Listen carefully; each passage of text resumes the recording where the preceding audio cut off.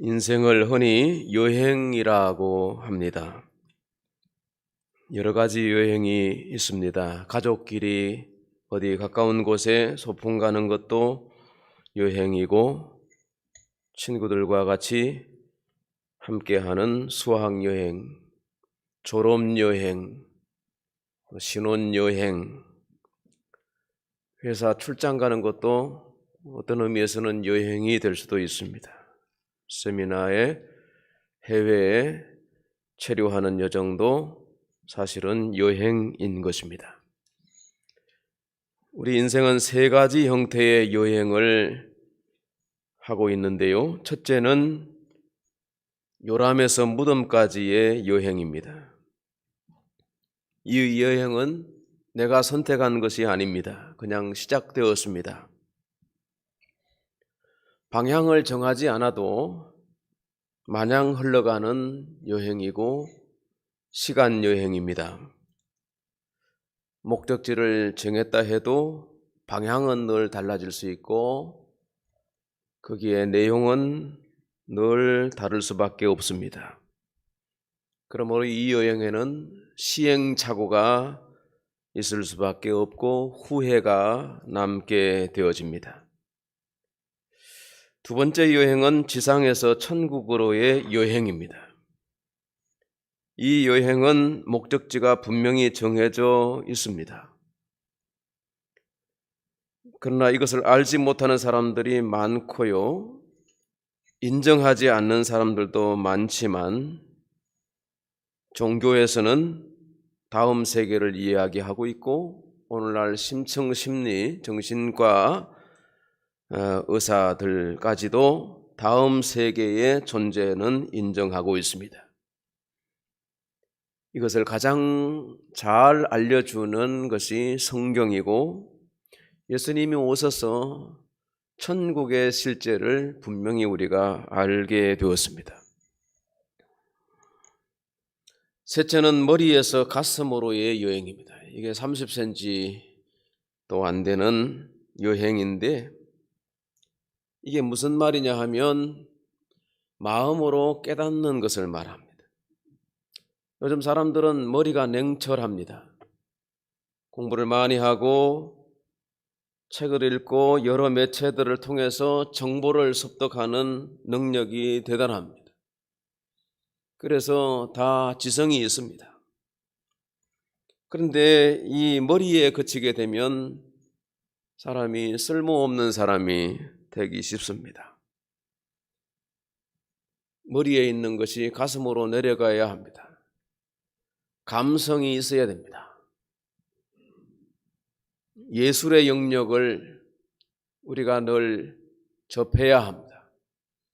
그래서 우리가 따뜻한 사람이 되어지고 또 사람들을 포용하는 사람이 되어져야 합니다. 그래서 감성이 중요하고 영성을 가져야 됩니다. 이 어령 교수가 계시는데요. 현재 올해 나이로 34년생이시니까 88이 되셨구만요. 이분이 지성에서 영성으로라는 책을 냈습니다. 우리 시대의 최고의 지성으로 꼽히는 사람입니다. 전 문화부부 장관을 지내셨고요. 이화여대 교수로 계십니다. 이분이요 2007년도에 그분 나이로 74살 때 일본의 한 교회에 출석하셔서 예수님 앞에 무릎을 꿇고 세례를 받습니다. 그때까지는 교회를 한 번도 나가본 적이 없답니다. 무슨 종교를 가져본 적도 없습니다. 박학다식하고 존귀한 자리에 있기 때문에 어쩌면 자기를 믿었는지도 몰라요. 그런데 이분이 74살에 지성을 넘어서 영성의 세계로 들어온 것입니다. 깨달았기 때문입니다. 74년의 오랜 여행을 거치면서도 알지 못했던 것, 그러면서 조금씩 깨달아진 바, 그래서 하나님 앞에 결단한 것입니다. 결정적인 계기는 그의 큰딸이 겪은 고난 때문입니다. 딸이 유명 정치인과 결혼해서 5년 만에 이혼을 하고 둘 사이에 아들이 하나 생겼는데, 이 아들이 25살 때 건장한 아들이 갑자기 아파서 한 달도 안 돼가지고 죽었습니다. 너무 큰 시리를 경험했습니다. 미국으로 갔습니다. 변호사가 되었어요. 재혼을 해서 2아이를 더 낳고 행복하게 사는가 했는데 아이 하나가 자폐아예요. 말 못할 고난을 겪습니다. 스트레스가 많았습니다. 갑상선암이 왔습니다. 재수술을 반복했습니다. 이 딸이 결단을 합니다. 교회를 다녔는데 아무리 기도해도 하나님께서 이 아이의 병을 고쳐주지 않는 그런 과정에서 이 목사가 됩니다. 나중에요, 또 위암에도 걸려요. 위암 3기가 됐어요. 그 투병 중에 아버지와 편지를 교신을 했는데 딸의 고통 가운데 애비로서 할 수 있는 게 하나도 없어요. 딸에게 편지를 보냈는데 거기 이렇게 적었습니다. 사랑하는 딸아, 네가 애통하고 서러워할 때 내 머릿속에 지식이라고 하는 것은 한갓 건불에 지나지 않았고 내 손에 쥔 지폐는 가랑잎보다 못하다는 것을 깨달았단다.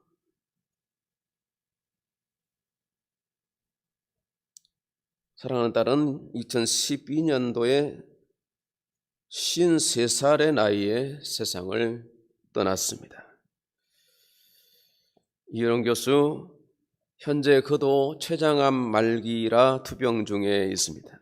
엊그제 신문에 얼굴이 나왔는데 굉장히 초췌한 모습으로 이렇게 인터뷰에 응하는 것을 볼 수 있습니다.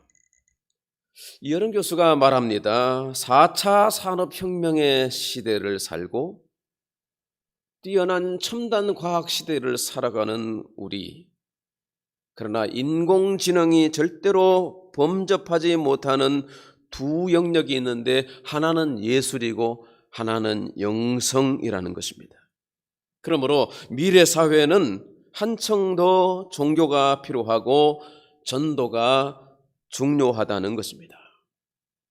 요즘 전도해서 안 된다 그러는데 정말 전도가 필요한 시대입니다. 사람들이 외롭습니다. 세상에 방법이 없다는 사실을 사람들이 알고 있습니다. 코로나 패러독스의 마지막 희망은 기독교의 복음에 있는 줄로 믿습니다. 이효령 교수는 바로 복음의 진수를 얘기하고 있습니다. 오늘 교회에 희망이 있다는 것입니다. 여러분, 여행에 있어서 중요한 것이 무엇일까요? 깨달음입니다. 느낌입니다. 이 경험들이 우리의 삶을 더 풍요하게 해주는 것입니다. 목적지를 정하고 범위를 정하는 것도 중요합니다. 어디 여행 가실 때 치약 칫솔 챙겼냐, 수건과 옷가지를 챙겼냐, 가방은 크냐 작냐, 휴대폰 배터리를 챙겼냐, 해외를 가신다면 여권은 꼭 가지고 갔어야 되겠지요. 10년 좀 더 됐을 겁니다. 미국에 가야 할 일이 있어서 여권을 미국 대사관에, 지금은 무비자지만은 그때는 비자를 받아야 했었죠. 비자가 나오려면 열흘 더 걸리는데 여권을 미국 대사관에 맡겨놓고 청년들과 여름 단기 선교를 라오스를 가기로 했습니다. 청년들과 여러 번 모여서 모든 만반의 준비를 마치고 당일 아침 짐을 챙기는 중에 앞불사 여권을 찾아놓지 못한 것이에요. 월요일 아침이에요. 광화문까지 갔다가 인천공항 가기는 늦습니다. 결국 제2를 인천공항에 먼저 도착해 계시는 전도사님 한 분에게 전화로 위임하고 저는 뒤에 남았습니다. 그때 한 가지 깨달은 사실은 동력자가 있다는 것이, 나의 일을 대신 누가 해줄 수 있다는 것이, 사람이 있다는 것이 얼마나 감사했는지 모릅니다. 그때 제 일을 역할을 맡았던 신학생은 지금은 목사가 되어 있습니다. 오늘 민수기 33장은 이스라엘 백성들의 광야 40년의 여행기입니다. 오늘 1절 말씀에 보시면 모세와 아론의 인도를 따라 대오를 갖추어 애굽을 떠난 이스라엘 자손들의 노정은 이러하다 했습니다. 이 노정이라고 번역한 단어가 히브리어 마스헤라고 하는 단어인데 이게 트립이라는 거예요. 트립 뭐예요? 여행이라는 겁니다. 노정이 이러하다, 이 말은 출발 지점을 말합니다. 출발해서 어디 도착하고 또 거기에 묵었다가 또 다른 데로 또 출발하고 도착하고, 이스라엘 백성들의 광야 40년 여행기를 통해서 오늘 중요한 교훈을 우리가 얻게 됩니다. 첫 번째, 사람이 중요하다는 것입니다. 오늘 1절 말씀 다시 보시면 모세와 아론의 인도를 따랐다 그랬죠? 모세와 아론은 이스라엘의 목자요 지도자로 세운 사람들이었습니다. 여러분, 목자와 지도자가 얼마나 중요한지 모릅니다. 대선을 앞두고 우리 지도자를 잘 뽑아야 되는데 참 걱정이 많습니다. 어디를 여행 가면 좋은 지도자를 만나야 됩니다. 우선 가이드를 잘 만나야 됩니다. 가이드 잘못 만나면 굉장히 불편하고 힘든 여정을 같이, 마음이 힘들면 여행이 힘들거든요. 가이드가 그 나라의 문화, 그 지리, 역사, 여러 가지 생활 패턴 다 알아서 우리와 그 사이에서 연결고리가 되어줍니다. 모세와 아론은 이스라엘의 가이드입니다. 목자요, 리더자였습니다. 모세의 나이 80세였습니다. 그 나이에 무슨 부르심을 받느냐고, 그 나이에 무슨 지도자를 할 수 있겠습니까? 그래서 그는 이 나이에 안 된다, 못한다, 애굽 말을 잊어버렸다, 보낼 만한 자를 보내소서 했을 때 하나님이 네 형 아론이 있지 아니하냐, 그가 말을 잘 하는 줄 내가 아노라, 너는 그에게 말하고 그의 입에 할 말을 주어서 내가 네 입과 그의 입에 함께 하리라, 너희들이 행할 일을 가르치리라 했습니다. 그래서 애굽으로 가는데 애굽 가는 모세의 마음이 편치 않습니다. 이것도 일종의 여행이지만은 죽지 못해서 가는 길입니다. 편할 리가 없습니다. 애굽에 도착해서 하는 사역마다 악전고투입니다. 대단히 힘든 여정이었습니다. 그러나 하나님의 능력이 나타났고 아론과 모세를 지켜주셨습니다. 이스라엘을 애굽 땅 종되었던 곳에서 이끌어내는 데 성공했습니다. 이렇게 끝이 났는가 했는데 출애굽 이후에 광야 여정 40년을 계속해서 가이드 역할을, 지도자 역할을 해야 했습니다. 그러나 모세에게는 아론이 있었고 아론에게는 모세가 있어서 서로 의지하면서 맡은 사명을 거뜬히 감당할 수 있었습니다. 한 해를 돌이켜 보건대 우리가 잘나서 여기 있는 거 아닙니다. 우리에게 귀한 동지와 동력자가 있고 친구들이 있었던 것을 기억해야 할 것입니다. 우리 여행 중에 길동무가 있었고 우리에게 동지 있음을 감사하게 여기면서 남은 시간 더 소중히 여기고 감사를 표할 수 있는 여러분, 저와 여러분 되기를 바랍니다. 두 번째는 기록이 중요합니다.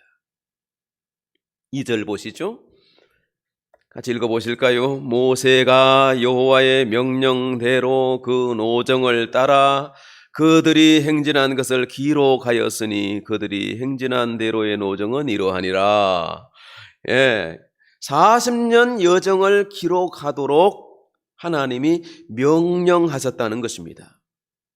광야의 불편한 환경, 백성들의 원망과 불평, 끝없는 훈련 속에서 기록을 남긴다는 것은 너무나도 중요하고도 필요한 것이었습니다.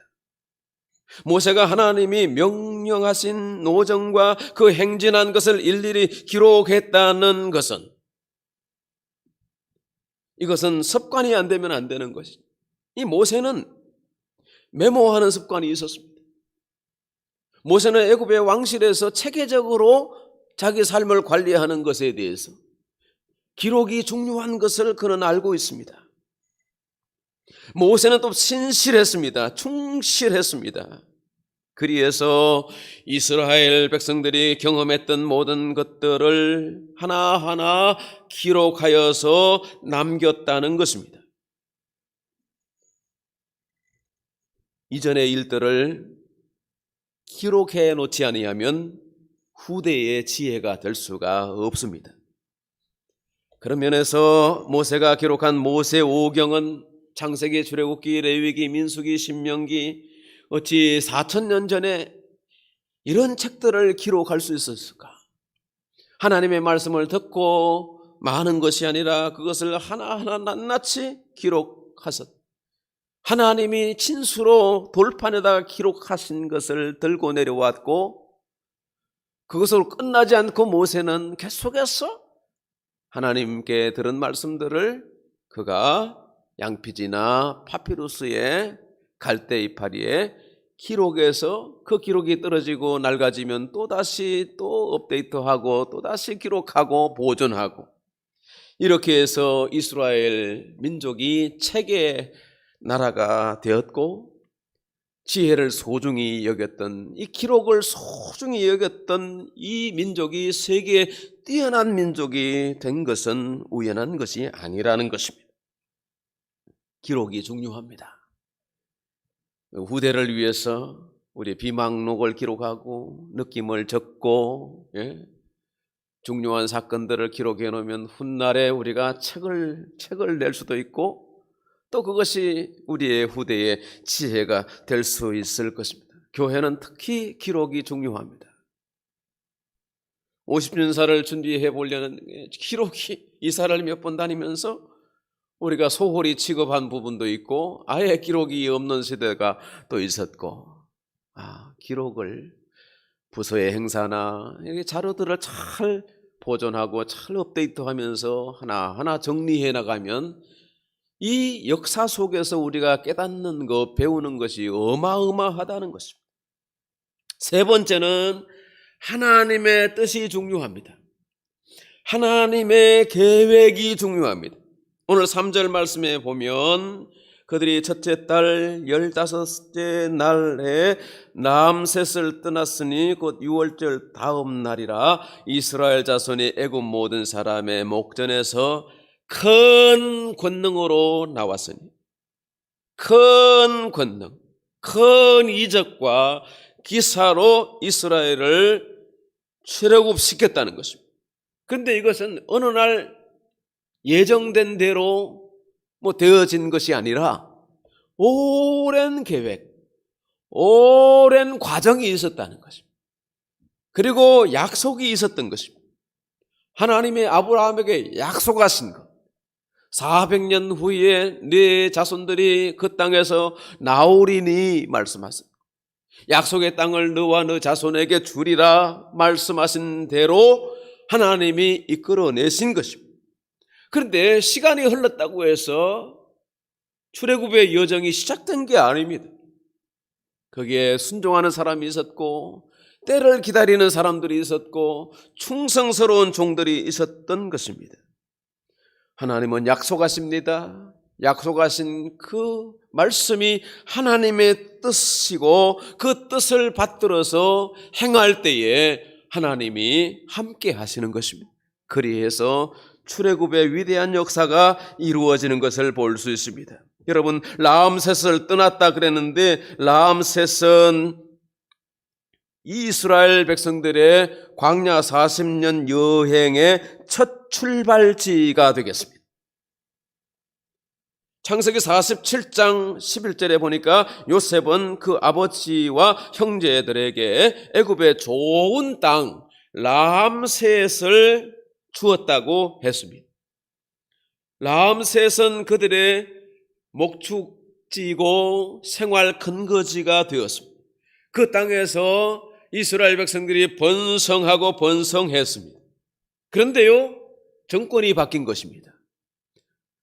애굽의 왕조가 바뀌었는데 힉소스족들이 19왕조를 세웠는데 이 힉소스족이 말하자면 수도를 갖다가 람셋을 정한 것 같아요. 그래서 이 람세스가 국고성이 되어졌어요. 출애굽기 1장에 보면 국고성 람셋, 비돈과 라암셋 이렇게 되어 있는데 원래는 이스라엘의 생활 근거지였거든. 그러니까 졸지에 이스라엘 백성들이 노예가 되어지고 그 람셋이 국고성이 되니까 엄청난 토목 공사를 해야 했던 것입니다. 그러니까 람셋에 묶여서 이제는 오도 가도 못하는 신세가 되었는데 오늘 람셋을 떠났다는 것은 놀라운 일이 아닐 수 없습니다. 이것은 하나님의 계획이고 하나님의 약속에 근거한 것이고 하나님이 큰 능력으로 이스라엘을 이끌어내셨다는 것입니다. 여러분, 우리의 인생의 여정도 돌이켜 보면 그때 하나님이 붙잡아 주신 거예요. 하나님이 인도해 주신 거예요. 지켜주신 것이. 얼마나 그런 일들이 많았는지 모릅니다. 하나하나 돌이켜서 지금까지 지내온 게 다 주님의 은혜라. 그래서 뭉뚱거려서 넘어갈 생각하지 마시고 낱낱이 하나님께 고백하고 감사할 수 있기를 바랍니다. 5절에 람셋을 떠나 숫곳 진치고 숫곳을 떠나 6절에 광야 끝 에담에 진치고, 자, 에담에서 출애굽기 13장에 보면 이곳에서부터 구름 기둥, 불 기둥이 출현합니다. 낮에는 구름 기둥이 이스라엘을 가려 시원하고 서늘하게 해주었습니다. 밤에는 불 기둥으로 그들을 따뜻하게 비춰주었습니다. 40년 광야의 여행은 사람의 생각이나 계획에 따르는 것이 아니라 하나님의 뜻을 따르는 것이요 하나님의 능력으로 함께하여 주셨기 때문에 이 40년 여행이 괴롭지만은 않았을 것입니다. 자, 그런데 이 여정 중에는 하나님의 뜻과 사람의 생각이 충돌할 때가 있었습니다. 하나님의 계획과 사람의 뜻이 달랐을 때가 있었던 것입니다. 민수기 11장 2절에 보니까 다베라의 불심판 사건이 소개되어 있는데 시내산을 떠나서 사흘째 되던 날 오늘 본문 13절에 보면 돕가 근처가 될 것입니다.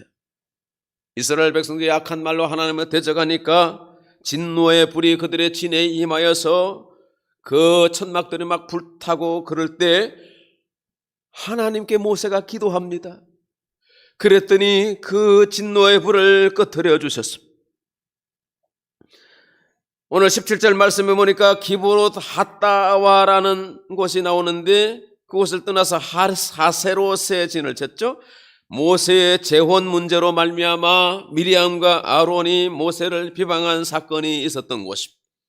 미리암이 문둥병 걸렸습니다. 모세가 기도하니 하나님께서 치료해 주시고 복권시켜 주셨습니다. 시행착오가 없을 수 없습니다. 환란이 없을 수 없습니다. 그러나 기도했더니 하나님께서 깨닫게 해주시고 기도했더니 문제를 해결해 주시고 그리해서 하나님의 구원하심과 하나님의 역사하심이 크게 나타났던 시간들이 우리의 인생 여정에도 많이 있었을 것입니다. 이렇게 깨달음의 시간이 이어지고 훈련되고 준비될 수 있는 것입니다. 그러니까 우리의 인생 여정도 괴롭지만은 않은 것입니다. 무의미한 것도 아닙니다. 실수도 있고 후회도 있고 죄로 말미암아 벌도 받고 그러나 시간 깨닫고 생각해보면 하나님이 우리를 만들어 가시는 과정이라는 것입니다.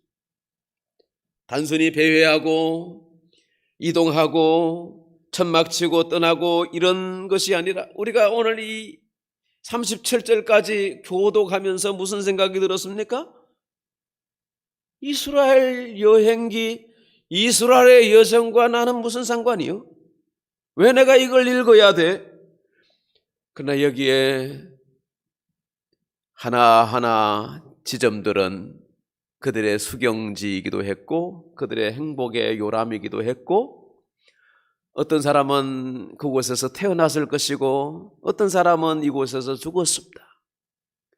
요람에서 무덤까지의 여정을 볼 수 있는 시간이고 그들이 출애굽하여서 가나안 땅에 들어가는 이 모든 여정은 우리가 천국까지 인생 여정의 과정을 비춰주고 있는 것입니다.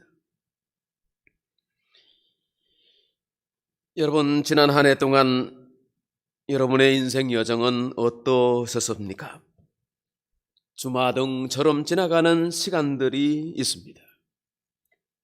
생각하기 싫은 지점들도 있고 사건들도 있었습니다. 그러나 그걸 하나하나 반추해서 우리의 지혜로 삼고 우리의 앞에 미래를 위한 하나의 발판으로 삼을 수 있는 것입니다. 그래서 기록해야 되는 것이고 회고해야 하는 것입니다.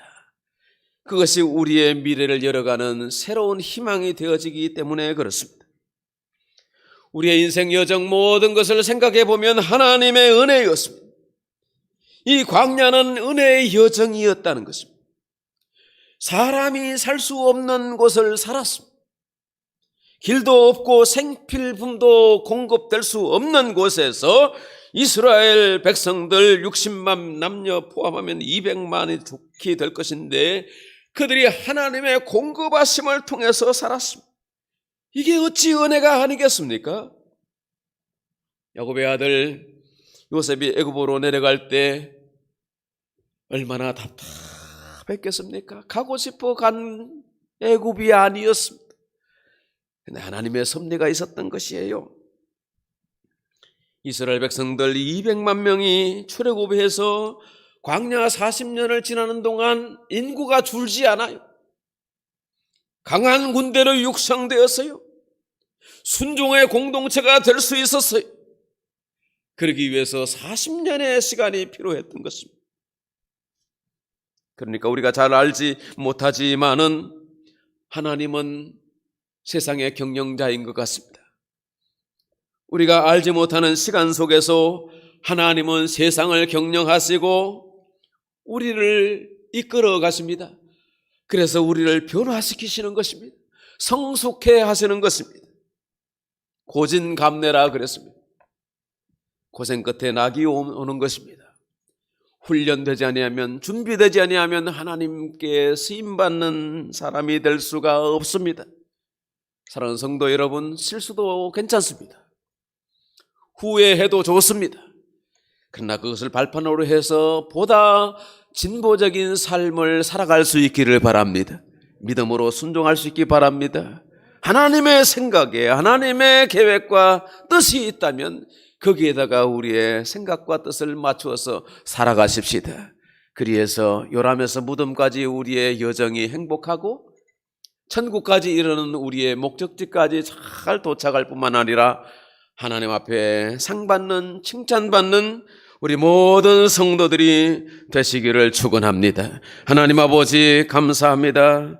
인생 여정을 우리에게 말씀해 주시고 이스라엘 백성들의 여정을 통해서 교훈해 주심을 감사드립니다.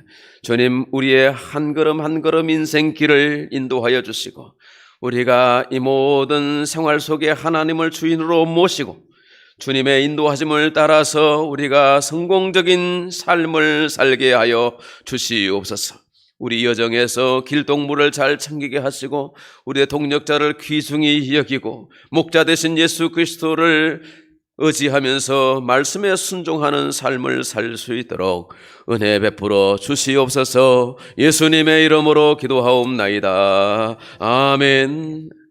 384장 찬송하겠습니다.